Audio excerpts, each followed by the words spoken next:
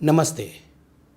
आप सभी जानते हैं कि 5 जनवरी को माननीय प्रधानमंत्री श्री नरेंद्र मोदी जब पंजाब में एक कार्यक्रम में गए थे, उस दिन हम सब ने देखा कि उनके सुरक्षा में सेंध लगी थी।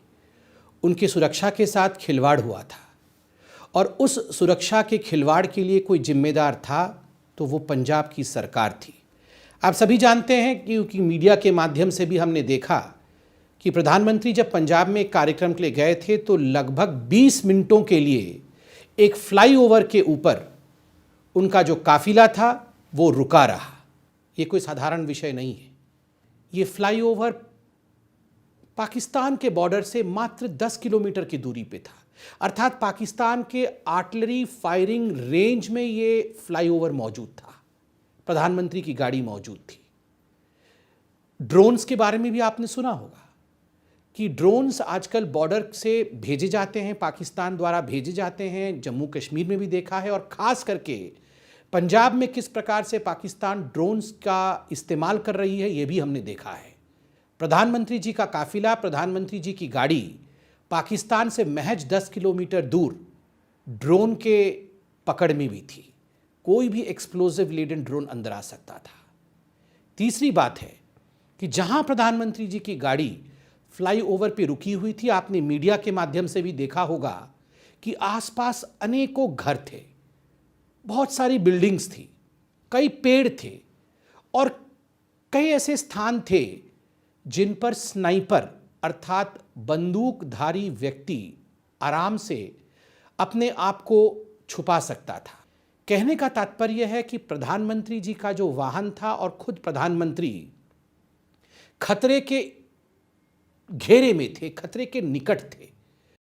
जब भी देश के प्रधानमंत्री किसी भी राज्य में जाते हैं, किसी भी प्रदेश में जाते हैं तो एक प्रोटोकॉल होता है। उनको रिसीव करने वहाँ के मुख्यमंत्री, चीफ मिनिस्टर आते हैं। उनको रिसीव करने वहाँ के चीफ सेक्रेटरी अर्थात मुख्य सचिव आते हैं।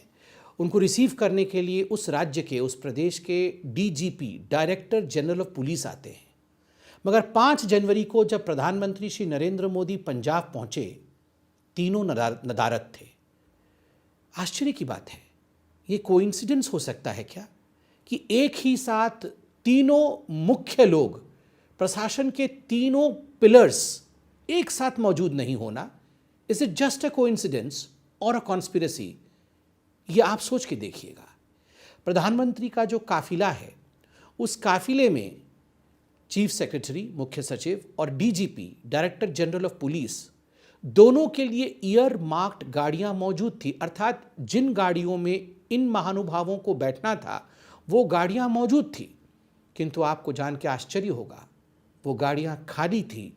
उनमें ना मुख्य सचिव थे और ना ही डीजीपी मौजूद थे। ऐसा क्यों?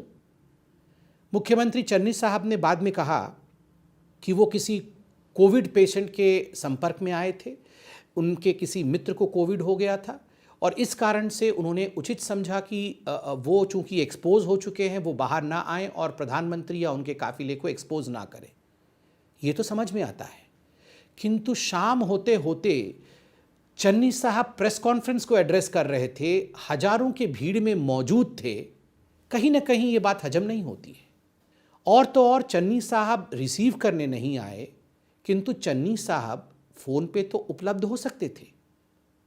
आपको जान के हैरत होगी कि जब ये सारा प्रकल्प हो रहा था, ये प्रकरण हो रही थी, जब प्रधानमंत्री जी के सुरक्षा के साथ खिलवाड़ हो रहा था, उस समय चन्नी साहब को कई बार, मुख्यमंत्री जी को कई बार फोन के माध्यम से उनसे संपर्क स्थापित करने की कोशिश की गई, किंतु एक बार भी मुख्यमंत्री महोदय अपने फोन पर नहीं आए। He was not available on the phone. ठीक है, कोविड के कारण आप बाहर नहीं आए, ये तो समझ में आता है, किंतु कोविड के कारण आप फोन पे नहीं आए, ये बात हजम नहीं होती है। मुख्यमंत्री नदारद, मुख्य सचिव नदारद, डीजीपी नदारद और देश के प्रधानमंत्री की सुरक्षा में सेंध। ये कुछ बहुत महत्वपूर्ण सवाल छोड़ते हैं देश के निवासियों के मन में और भारतवासियों के हृदय में। आपको यह भी जान के बड़ा विचित्र लगेगा कि चन्नी साहब ने पहली बार जब कैमरे को फेस किया प्रधानमंत्री जी के सुरक्षा घेरे के सेंध के पश्चात, तो उन्होंने कहा ये जो सुरक्षा चूक हुआ है ये कुदरती है, ये कुदरती सुरक्षा चूक है।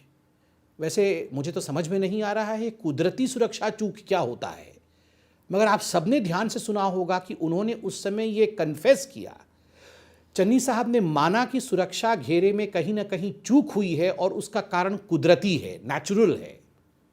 मगर आश्चर्य तब होता है जब कुछ घंटों के पश्चात चन्नी साहब यू टर्न करते हैं और वही मुख्यमंत्री जो कुदरती सुरक्षा चूक कह रहे थे, कहना आरंभ कर देते हैं कि कोई सुरक्षा चूक नहीं हुआ है। दोनों बातें तो सच नहीं हो सकती हैं। और तो और चन्नी साहब ने यह भी क्या कहा है, हमने मीडिया के माध्यम से देखा कि इस पूरे प्रकल्प का मैंने ब्रीफ बना करके प्रियंका वाड्रा जी को बताया है। आखिर ये बात समझ में नहीं आती है कि चन्नी साहब एक सिटिंग मुख्यमंत्री हैं और इस पूरे प्रधानमंत्री के सुरक्षा में जो सेंध है, ये गंभीर मसला है, एक संवेदनशील और सेंसिटिव मसला है। उस विषय को अगर ब्रीफ करना ही था तो उन्होंने ब्रीफ प्रियंका वाड्रा को किया, जो कि किसी कॉन्स्टिट्यूशनल या संवैधानिक पद में नहीं। ये बात भी हजम नहीं होती है।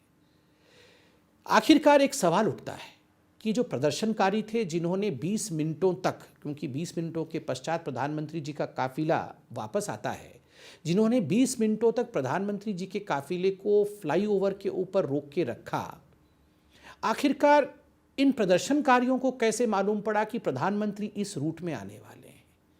जो प्रिसाइज रूट, जिसको अंग्रेजी में कहते हैं precise route, how did those protesters learn about the precise route of the prime minister? सटीक राह, जिस रास्ते पे प्रधानमंत्री आने वाले होते हैं, वो गुप्त रखा जाता है, वो किसी को बताया नहीं जाता है।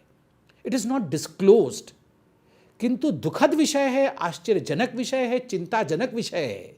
आप सोच के देखिए, प्रधानमंत्री सटीक रूप से किस समय किस सड़क पर चल रहे हैं, ये प्रदर्शनकारियों को पहले से पता था, वह भी एक शॉर्ट टाइम पीरियड के अंदर, एक बहुत कम समय के अंदर ये खबर प्रदर्शनकारियों तक पहुंचती है और वो पूरी व्यवस्था के साथ सड़क पर उतर जाते हैं। ये कैसे हो सकता है?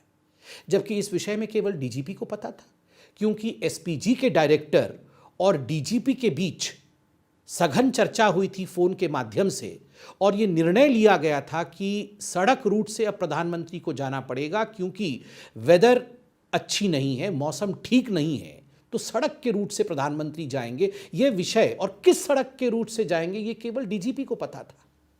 उसके बाद ये प्रोटेस्टर्स कैसे जान गए कि प्रधानमंत्री किस रूट से जाने वाले हैं, ये भी समझने वाली बात है। दूसरा प्रश्न उठता है जो आज आम जनता पूछ रही है कि आखिरकार ये जो पंजाब पुलिस ये जिस सेंध के लिए जिम्मेदार थी, सुरक्षा चूक के लिए जिम्मेदार थी, क्या उसकी एक मिली भगत है, कॉनाइवेंस है, या फिर ये एक केयरलेसनेस या लापरवाही है? कॉनाइवेंस और केयरलेसनेस, लापरवाही या जिम्मेदारी, मिली भगत क्या है? ये तो आप भी जान सकते होंगे कि आखिरकार ये एक बहुत गंभीर मसला है। और हमने भी टीवी के माध्यम से देखा कि ये जो पुलिस थी, ये प्रदर्शनकारियों के साथ चाय पी रही थी। ये मीडिया ने भी दिखाया, लोगों ने वीडियो बना के डाला है। कोई भी पुलिस जो प्रधानमंत्री के सुरक्षा में तैनात हो, वो प्रदर्शनकारियों के साथ चाय पी रही हो? ऐसा तो नहीं हो सकता है।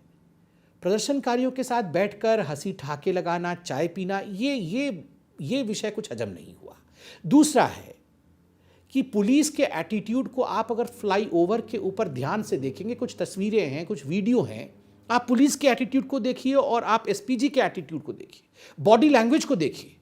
पुलिस बिल्कुल लचर रूप नजर आ रही है, लचर रूप से नजर आ रही है, बिल्कुल केयरलेस तरीके से मूव कर रही है। वो ना तो वहाँ जो जाम लगा हुआ है उसे हटाने की कोशिश कर रही है, ना उन गाड़ी वालों को हटने के लिए कह रही है जो प्रधानमंत्री के राह पे आए हुए हैं, ना ही उनको कोई दिशा का पता है, ना उनके पास कोई दिशा निर्देश है।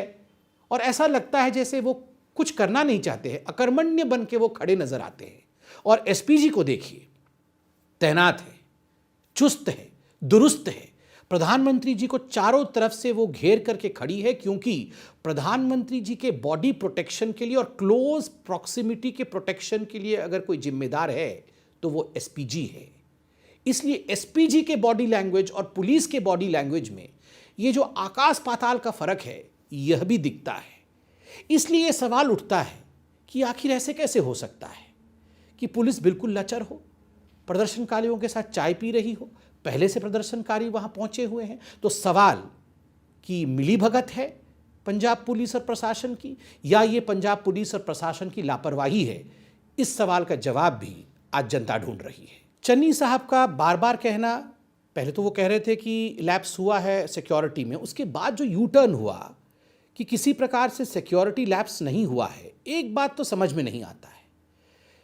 मुख्यमंत्री साहब, बड़े आदर के साथ हम पूछना चाहते हैं, अगर किसी प्रकार का सिक्योरिटी लैप्स नहीं हुआ, किसी प्रकार से कोई गलती नहीं हुई, तो आखिरकार जो एसएसपी फिरोजपुर के हैं उनको क्यों सस्पेंड किया गया, उनको क्यों निलंबित किया गया?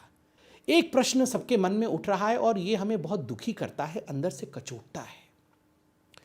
टीवी डिबेट्स में, प्रेस कॉन्फ्रेंसेस में कांग्रेस के जो बड़े नेता हैं और कांग्रेस के जो प्रवक्ता हैं, वो बार बार एक सवाल पूछ रहे हैं। जो हमारे पंजाब के प्रशासक हैं, पंजाब के सरकार के मंत्री हैं, वो भी ये सवाल पूछ रहे हैं कि आखिरकार प्रधानमंत्री का जो ये हेलीकॉप्टर है, वो तो ऑल वेदर हेलीकॉप्टर था, वो तो किसी भी वेदर में उड़ सकता है, तो प्रधानमंत्री जी ने रोड रूट क्यों चुना और वो हेलीकॉप्टर से क्यों नहीं आगे बढ़ गए कार्यक्रम स्थल की ओर? दुख इस बात का होता है कि हमने चंद हफ्तों पहले हमारे देश के वीर सैनिकों को खोया है। हमारे देश ने अपने प्रथम सीडीएस आदरणीय बिपिन रावत जी को खोया है। ऐसे ही एक हेलीकॉप्टर दुर्घटना में, जब मौसम खराब था, जब जोखिमों को उठाते हुए हमारे वीर जवान उसी हेलीकॉप्टर में उड़ गए, तो हमने उसका नतीजा देखा है। आखिर ये कांग्रेस सवाल क्यों पूछ रही है कि ऑल वेदर हेलीकॉप्टर है और प्रधानमंत्री को हेलीकॉप्टर में ही जाना चाहिए था? इसके पीछे का मंसूबा क्या है, इसका उत्तर भी कांग्रेस को देना चाहिए। कई लोग ये भी कह रहे हैं, कांग्रेस के नेता और खास करके जो नरेंद्र मोदी जी के प्रति और हिंदुस्तान के प्रति नफरत रखते हैं, कि बस 20 ही मिनट तो था, 20 मिनट के लिए प्रधानमंत्री क्या एक जाम में नहीं फंस सकते? 20 मिनट में क्या हो जाएगा? 2 मिनट, केवल 2 मिनट चाहिए होता है अनहोनी को घटित होने के लिए। किसी ड्रोन को आने के लिए, किसी आर्टिलरी को आने के लिए, किसी स्नाइपर के लिए 2 मिनट काफ़ी होता है। हिंदुस्तान ने अपने प्रधानमंत्रियों को खोया है, सुरक्षा चूक के कारण अपने प्रधानमंत्रियों को खोया है। ये एक बेफिक्री से, केयरलेसनेस से भरा हुआ सवाल है कि 20 मिनट में क्या हो जाएगा। एक और बात कही जाती है, कांग्रेस के नेता प्रवक्ता ये भी कह रहे हैं कुछ हुआ तो नहीं। मुख्यमंत्री तक ये कह रहे हैं किसी ने पत्थर तो नहीं मारा, किसी ने गोली तो नहीं चलाई, किसी ने बम तो नहीं फोड़ा, कुछ हुआ तो नहीं। अरे कुछ हो जाता तभी ये देश डिस्कशन करता क्या? ये महादेव की कृपा है, ये 135 करोड़ जनता का आशीर्वाद है कि 20 मिनटों तक सुरक्षा चूक के बावजूद प्रधानमंत्री बिना किसी खरोंच के वहां से निकल कर आ गए। इसका अर्थ ये नहीं है कि कुछ होने के पश्चात ही हम डिबेट और डिस्कशन करें। किस प्रकार से भविष्य में इस प्रकार की अनहोनी ना हो, इसलिए एक जिम्मेदार देश समय रहते इन सब विषयों पर चर्चा करता है। आज ऐसे ही नहीं हो रहा है। कई नेता जो भारतीय जनता पार्टी के नहीं हैं, कई पूर्व डीजीपी, बड़े पुलिस अधिकारी, कई प्रशासनिक अधिकारी जो बीजेपी से कोई वास्ता नहीं रखते, हमारे आइडियोलॉजी के नहीं है, उन लोगों ने राष्ट्रपति महोदय तक को चिट्ठी लिखा है। उन्हें तकलीफ होती है कि हिंदुस्तान जैसे बलिष्ठ देश, हिंदुस्तान जैसे डेमोक्रेटिक कंट्री में यदि प्रधानमंत्री की सुरक्षा में सेंध पड़ सकती है, तो एक आम जनता सुरक्षित कैसे रह सकता है? और तो और देश के सर्वोच्च न्यायालय सुप्रीम कोर्ट ने इस पूरे विषय को गंभीरता से सुना है, अब भी सुन रही है, गंभीरता से लिया है। और पंजाब सरकार ने जो दिखावे के लिए एक कमेटी का गठन किया था, उस कमेटी तक को रद्द कर दिया है सुप्रीम कोर्ट ने। सुप्रीम कोर्ट इस देश के प्रधानमंत्री की सुरक्षा को लेकर किस प्रकार की गंभीरता होनी चाहिए उसे समझ रही है। एक बात आज मैं पूछना चाहता हूं, कांग्रेस की जो ये एटीट्यूड है, हेट मोदी, मोदी से घृणा, मोदी जी से नफरत, आखिर क्यों? मोदी जी देश के प्रधानमंत्री हैं, उनके सुरक्षा के चूक को लेकर इस प्रकार की घिनौनी बातें करना, उनके प्रति इस प्रकार के नफरत को दर्शाना आखिर क्यों? मोदी जी ने क्या बिगाड़ा है? क्या बिगाड़ा है मोदी जी ने? मोदी जी ने देश में भ्रष्टाचार को समाप्त करने के लिए ना खाऊंगा ना खाने दूंगा, इससे देश का क्या बिगाड़ा है मोदी जी ने? मोदी जी ने परिवारवाद की राजनीति को समाप्त कर दिया। इससे क्या बिगड़ गया देश का? कुछ नहीं बिगड़ा देश का। मोदी जी ने कश्मीर में अनुच्छेद 370 को समाप्त करके कश्मीर को देश के मुख्य धारा से जोड़ने का काम किया है। महिलाओं को उनका अधिकार दिलाया, दलितों को उनका अधिकार दिलाया। क्या उसके कारण आप मोदी जी से नफरत करेंगे? मोदी जी ने अयोध्या में और काशी में हमारी आस्था को संवैधानिक रूप से स्थापित किया है। राम मंदिर के लिए 500 वर्षों से हम लड़ रहे थे।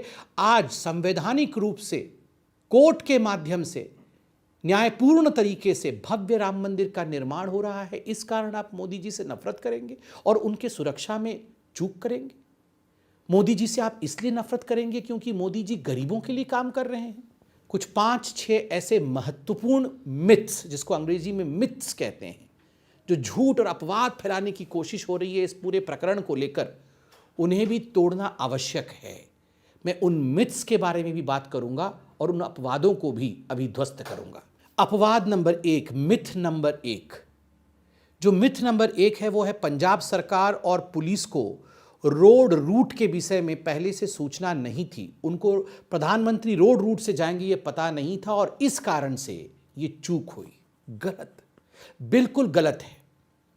ASL, जिसका अर्थ है एडवांस्ड सिक्योरिटी लायजन, 1 और 2 जनवरी को, 1 और 2 जनवरी को जो पंजाब की प्रशासन है और जो SPG है, दोनों ने मिलकर ASL किया था, अर्थात एडवांस्ड सिक्योरिटी लाइजन करके रोड रूट के कंटिंजेंसी प्लान के विषय में डिस्कस कर लिया था कि अगर मौसम खराब रहेगा, प्रधानमंत्री को रोड रूट से जाना होगा, तो किस रोड रूट से जाएंगे, किस प्रकार जाएंगे और वहां किस प्रकार सुरक्षा की व्यवस्था करनी है। ये सब कुछ पहले से डिस्कस हो चुका था पंजाब के प्रशासन के साथ, पंजाब के पुलिस के साथ।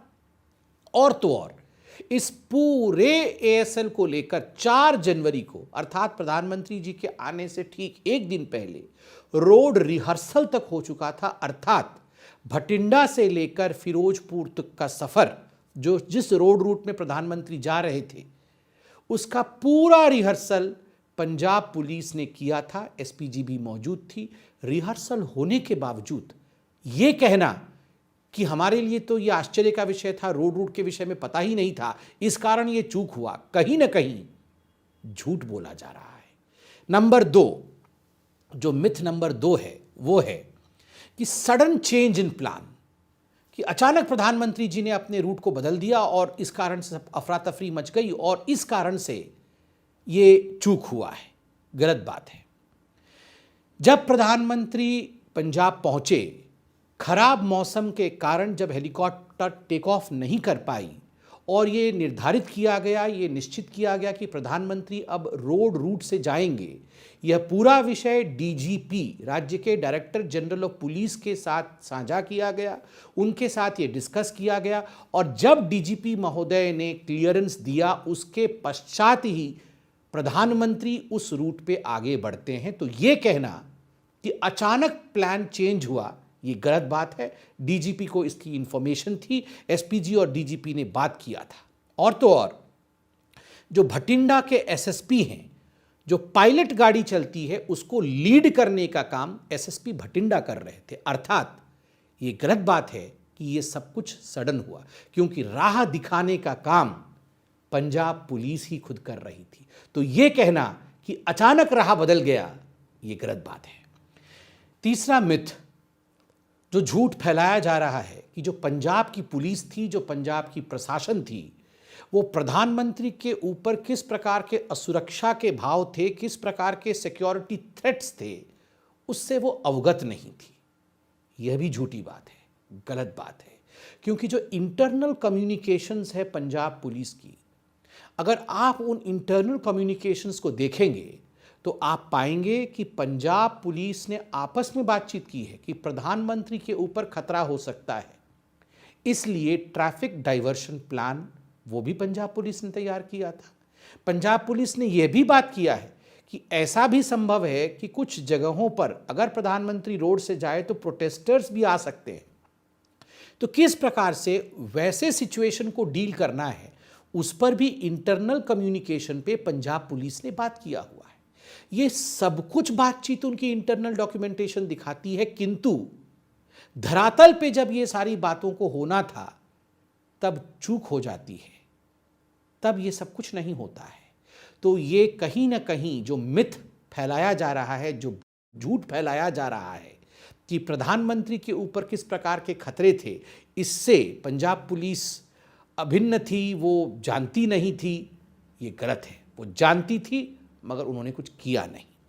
चौथा मिथ या चौथी झूठी बात जो फैलाई जा रही है इस पूरे प्रकरण में कि प्रधानमंत्री को बचाने का काम केवल और केवल एसपीजी का है, पंजाब पुलिस का इसमें कोई रोल नहीं है।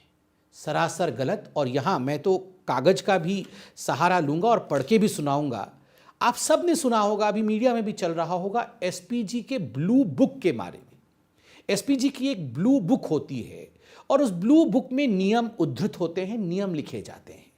उस ब्लू बुक के क्या नियम है मैं पढ़ के सुनाता हूं। Chapter 1, rule number 1, The overall responsibility for ensuring the safety of Prime Minister rests with the state government and the responsibility for providing proximate security rests with the SPG Act 1988।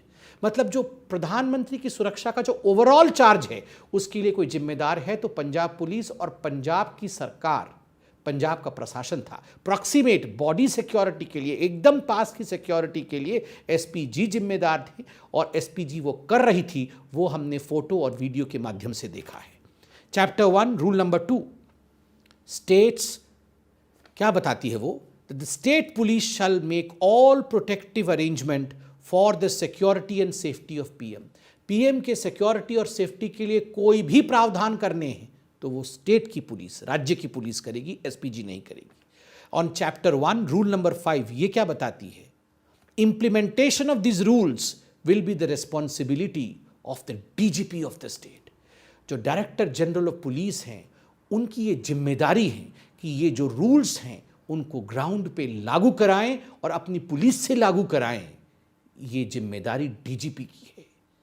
Police भी चूकी, DGP भी चुके और इसी के कारण से प्रधानमंत्री जी के सुरक्षा में सेंध हुआ है।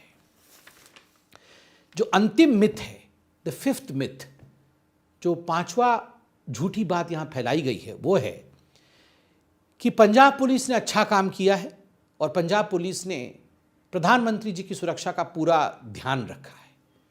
सरासर गलत।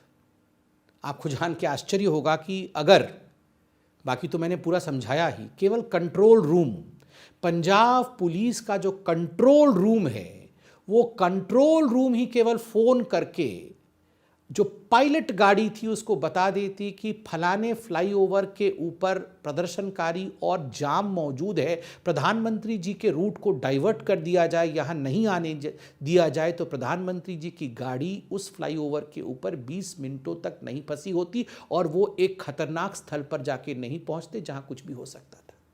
मगर कंट्रोल रूम भी चूक गई।